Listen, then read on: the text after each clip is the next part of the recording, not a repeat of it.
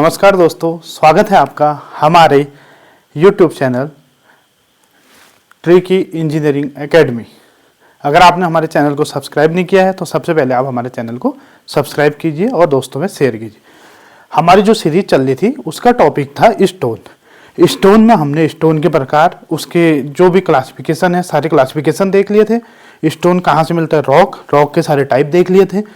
आज हम देखते हैं कि यूज ऑफ स्टोन, आखिर हम स्टोन के बारे में पढ़ क्यों रहे हैं। तो हमने जैसे कि पहले भी पढ़ा था कि स्टोन क्या है। स्टोन एक बहुत ही महत्वपूर्ण बिल्डिंग मटेरियल का है जिसका यूज बिल्डिंग बनाने में और अदर कई वर्क में किया जाता है।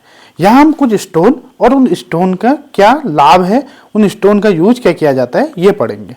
तो स्टोन तो आपने देखा होगा कि बहुत प्रकार के स्टोन होते हैं। कोई आपको जंगल में दिख जाएगा, कोई नदी के किनारे दिख जाएगा, लेकिन अलग अलग स्टोन के अलग अलग गुण होते हैं जो हमने पिछली वीडियो में पढ़ चुके हैं।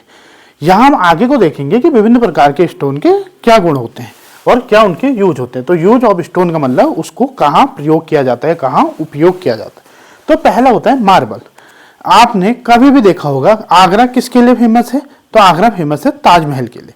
और ताजमहल किसका बना हुआ है, तो ताजमहल बना हुआ है संगमरमर का। उसी संगमरमर को बोलते हैं मार्बल। तो ताजमहल किसका बना है, मार्बल का। अब मार्बल कितने प्रकार के होते हैं, ये क्वेश्चन भी एक बार पूछा गया था कि इनमें से कौन सा मार्बल का टाइप नहीं है। तो 3 ऑप्शन ये थे और चौथा डिफरेंट ऑप्शन था। तो मार्बल कितने प्रकार का होता है, तो एक होता है व्हाइट मार्बल, जिसका यूज आपने कहाँ देखा है, आगरा में। आगरा का जो ताजमहल है व्हाइट मार्बल से बना है और व्हाइट मार्बल ही सबसे महंगा मार्बल होता है। जो भी मार्बल की बात करेंगे उसमें जो सबसे महंगा होगा व्हाइट मार्बल होगा। उसके अलावा एक होता है ब्लैक मार्बल। आपने सुना होगा कि कहते हैं कि एक व्हाइट मार्बल का तो बना चुके थे जो ताजमहल हम देखते हैं, और एक उसी के सामने वो एक ब्लैक ताजमहल बनाना चाहते थे। वो किसका बनाना चाहते थे, ब्लैक मार्बल का, जो कि बन नहीं पाया था। ठीक हो गया। और तीसरा होता है येलो मार्बल। तो व्हाइट मार्बल सबसे महंगा, ताजमहल व्हाइट मार्बल से बना है। उसके बाद आता है ब्लैक मार्बल जो व्हाइट मार्बल से सस्ता होता है। तीसरे नंबर पर आता है येलो मार्बल। तो ये हो गया मार्बल। और मार्बल का यूज किस में किया जाता है, तो ऐसी इमारतों में किया जाता है जो सुंदर दिखनी चाहिए। जैसे ताजमहल को इस अगर मार्बल की बजाय किसी और स्टोन से बनाया गया होता तो वो कैसी दिखती, इतनी सुंदर और आकर्षक दिखती नहीं। वो एक पुराने मकान जो हम देखते हैं उनकी तरह दिखती। क्यों, क्योंकि ये एक मार्बल एक सजावटी कार्य में यूज होने वाला पत्थर है, इसीलिए हम देखते हैं कि ताजमहल इतना सुंदर दिखाई देता है। तो ऑर्नामेंटल वर्क मतलब गहने आदि, इनमें भी मार्बल का यूज किया जाता है। कोई आपको गहना दिखेगा, कोई अगर आपको हीरे का कोई हार दिखेगा तो उसमें भी कुछ सजावटी कार्यों में आप मार्बल का यूज देख सकते हैं। उसके अलावा डेकोरेशन, कहीं पर भी आप डेकोरेटिव अगर बिल्डिंग देखते हैं तो वहां पर मार्बल से बनी हुई जरूर पाते हैं। ताजमहल इसका एक ज्वलंत उदाहरण है। उसके बाद अगला जो पत्थर आता है वो आता है ग्रेनाइट। मार्बल के बारे में हमने पढ़ लिया कि मार्बल का यूज क्या है, मार्बल कितने प्रकार के होते हैं, कौन सी बिल्डिंग मार्बल की बनी हुई है। इसके बाद आता है ग्रेनाइट। देखो ग्रेनाइट का सबसे पहले जो यूज है वो आता है, हम जानते हैं कि ये फायर रेजिस्टेंट है। फायर रेजिस्टेंट का मतलब आग नहीं पकड़ता है। कहीं पर अगर आग लगी हुई है और वो बिल्डिंग अगर ये ग्रेनाइट से बनी हुई है तो उस बिल्डिंग में आग नहीं पकड़ेगी। क्यों, क्योंकि ग्रेनाइट आग को नहीं पकड़ता है। तो इसका यूज कहाँ कर सकते हैं हम, लाइट हाउस मतलब बिजली के जहाँ काम होते हैं, जहाँ शॉर्ट सर्किट होने की संभावना अधिक होती है। तो शॉर्ट सर्किट होगा तो क्या होगा, अचानक से अगर लकड़ी का घर है और शॉर्ट सर्किट हो जाता है तो आग पकड़ लेगा। लेकिन अगर वही ग्रेनाइट से बना हुआ है, लाइट हाउस है, तो उसमें अगर शॉर्ट सर्किट हो भी जाएगा तो आग नहीं पकड़ेगा, बहुत कम पकड़ेगा। तो अगर लाइट हाउस किसके बनाए जाते हैं, तो ग्रेनाइट के। ये क्वेश्चन बहुत बार पूछा गया है, लाइट हाउस किस पत्थर का, तो ग्रेनाइट। क्यों, क्योंकि फायर रेजिस्टेंट। इसके अलावा देखिए जो ग्रेनाइट का यूज है, आग के लिए तो आपने कर दिया, ग्रेनाइट बहुत महत्वपूर्ण है। तो आग के लिए किया है तो पानी में भी ग्रेनाइट का यूज होगा।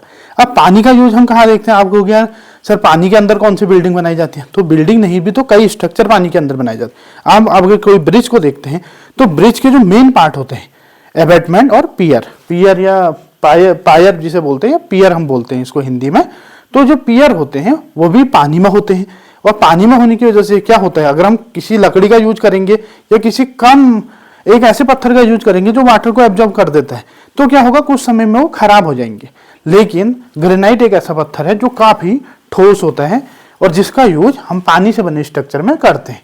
अब देखिए एबैटमेंट और पियर, देखिए अगर ये आपकी कोई पुल है, ये आपकी कोई एक पुल बन रही है, अगर आप तो इसका ये जो किनारे के दो स्तंभ होते हैं, किनारे के जो दो स्तंभ होंगे, कोई भी पुल लंबी, हम देखते हैं कि छोटी पुल ही देखते हैं, कोई लंबी पुल की कल्पना कीजिए, तो उस साइड का और इस साइड का दो जो एंड के होंगे वो क्या होंगे, उन्हें बोलते हैं एबेटमेंट। ये किसके बनेंगे, ग्रेनाइट के। और देखिए जब पुल का जो स्पान होता है काफी लंबा होता है, तो बीच बीच में भी नदी में उसमें ये दिए जाते हैं, आधार दिए जाते हैं, उन आधारों को क्या बोलते हैं, पियर। तो ये आधार दिए हैं इसको रोकने के लिए, क्योंकि अगर इसकी लंबाई बहुत ज्यादा है तो ये है पियर। तो जो पियर होते हैं, पियर भी एबेटमेंट की तरह तो है, पानी में ही तो चल रहे हैं, तो पानी में जो है उसका यूज ग्रेनाइट पत्थर का करेंगे।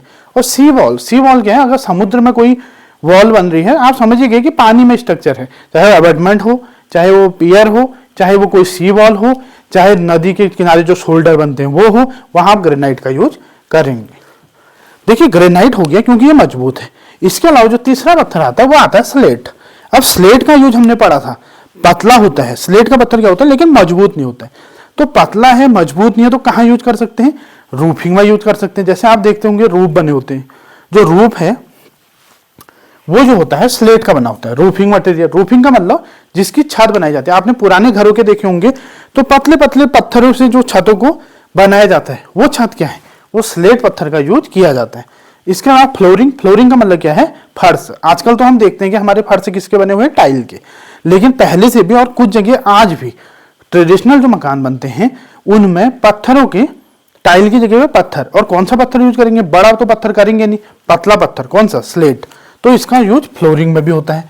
इसके अलावा आपने देखा होगा कि डीपीसी, डैम प्रूफ कोर्स, सीलन जमीन से ऊपर ना आए, हमारी दीवारों पे सीलन ना आए, इसके लिए हम क्या कर सकते हैं कि अपने जो फ्लोर है उस फ्लोर पे दीवार के नीचे एक मोटी 2.5 सेंटीमीटर या 4 सेंटीमीटर एक लेयर बिछा देते थे डैम प्रूफ कोर्स की।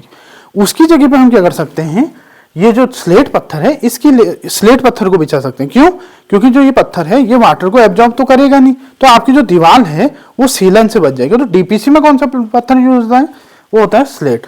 अब आप ये भी सोच रहे होंगे कि सर डीपीसी के लिए हम कोई और पत्थर का यूज भी तो कर सकते हैं, लेकिन ये पतला होता है और डीपीसी हमें बहुत ज्यादा मोटी नहीं चाहिए।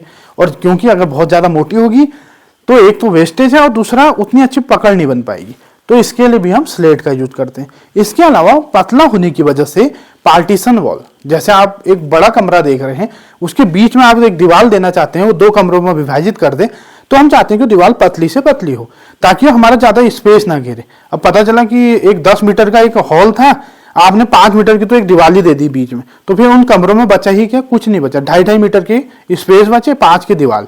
तो इसके लिए हम क्या करते हैं, हम चाहते हैं पतली दीवार बने। स्लेट क्या होता है, एक पतला पत्थर, जो हम पहले से हम लिखने के लिए जो यूज करते थे, हम उसको भी स्लेट बोलते थे, लिखने के लिए पाटी बोलते थे जिसे। क्यों, क्योंकि वो बहुत पतली होती है। उसी प्रकार का जो पत्थर होता है वो स्लेट कहलाता है। उस स्लेट से हम पार्टीशन वॉल भी बना सकते हैं। तो डीपीसी के लिए कौन सा यूज होगा, स्लेट। पार्टीशन वॉल के लिए स्लेट, रूफिंग के लिए स्लेट, फ्लोरिंग के लिए स्लेट। अगर कहेंगे कि फायर हाउस में या लाइट हाउस में अगर कहेंगे तो आपका ग्रेनाइट। अगर हम आपसे पूछेंगे कि पानी में कोई स्ट्रक्चर है, सी वॉल है, पायर है, एबेटमेंट है, तो उसके लिए कौन सा यूज होगा, तो उसके लिए भी होगा ग्रेनाइट। अगर सुंदर दिखने के लिए मार्बल। इसके अलावा जो चौथा आता है लेटेराइट स्टोन। लेटेराइट स्टोन में हमने देखा था कि इसकी कंप्रेसिव स्ट्रेंथ सबसे कम होती है, या हम कह सकते हैं कि इसकी कंप्रेसिव स्ट्रेंथ बहुत ही नेग्लिजिबल होती है। तो इसका यूज कहाँ करेंगे, क्योंकि इसका यूज स्ट्रेंथ कम है तो स्टोन और ब्रिक मैसनरी, मतलब अगर ब्रिक की कहीं चिनाई हो रही है या स्टोन की कहीं चिनाई हो रही है तो उसमें लेटेराइट स्टोन का यूज किया जाता है। ये मेन जो है ये मुख्य पत्थर हैं, इनसे जुड़े हुए सवाल प्रीवियस ईयर में पूछे गए हैं, तो हम इनके बारे में अध्ययन कर चुके हैं। और इससे जुड़े हुए कोई भी सवाल अगर आपको आते हैं, क्योंकि इससे एक नंबर के जो ऑप्शनल क्वेश्चन है वो बहुत बन जाते हैं। लाइट हाउस पूछ सकता है, पियर पूछ सकता है, एबेटमेंट, वाटर में स्ट्रक्चर, फायर रेजिस्टेंट कौन है, ब्रिक मशीनरी में किसे यूज करेंगे, डीपीसी में, या पार्टीशन वॉल, फ्लोरिंग, कोई भी प्रकार का सवाल उठा सकता है। लास्ट में एक टॉपिक और है, एक छोटा सा वो है एक लेटेराइट पत्थर जो हमने पढ़ा है, लेटेराइट स्टोन। इस लेटेराइट स्टोन को अगर डिकम्पोज हो जाएगा, किसी भी कारण से लेटेराइट स्टोन का डिकम्पोजिशन हो जाएगा, तो हमें मिलेगा single stone. Laterite stone decompose होगा सिंगल SHINGLE।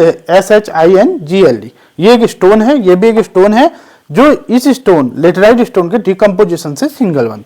तो यहाँ हमने देख लिया कि स्टोन की यूज क्या है। अब हम स्टोन के बारे में एक अच्छी पकड़ आप लोगों की बन गई होगी, क्योंकि आपने पढ़ लिया स्टोन कहाँ से मिलता है, यूज क्या है। अगली वीडियो में हम इसके पढ़ेंगे कि स्टोन के टेस्ट क्या क्या है, आखिर स्टोन में हम कौन सी क्वालिटी चाहते हैं और उस स्टोन की क्वालिटी ये है या नहीं है, इसके लिए कौन सा टेस्ट करेंगे। अगर आपने हमारे चैनल को सब्सक्राइब नहीं किया है तो प्लीज हमारे चैनल को सब्सक्राइब कीजिए, लाइक कीजिए और दोस्तों में शेयर कीजिए, ताकि इस प्रकार के कंटेंट बनाने के लिए हमें मोटिवेशन मिलता रहे। धन्यवाद।